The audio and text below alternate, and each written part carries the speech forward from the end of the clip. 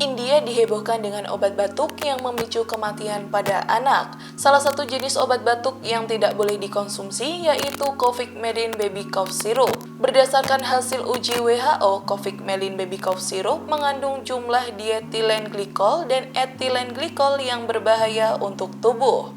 Cofix-Melin Baby Cough Syrup dibuat oleh perusahaan farmasi India, Maiden Pharmaceutical yang berada di New Delhi, India. Peredaran obat sirup ini tidak dijual di India, tapi diekspor ke luar negeri.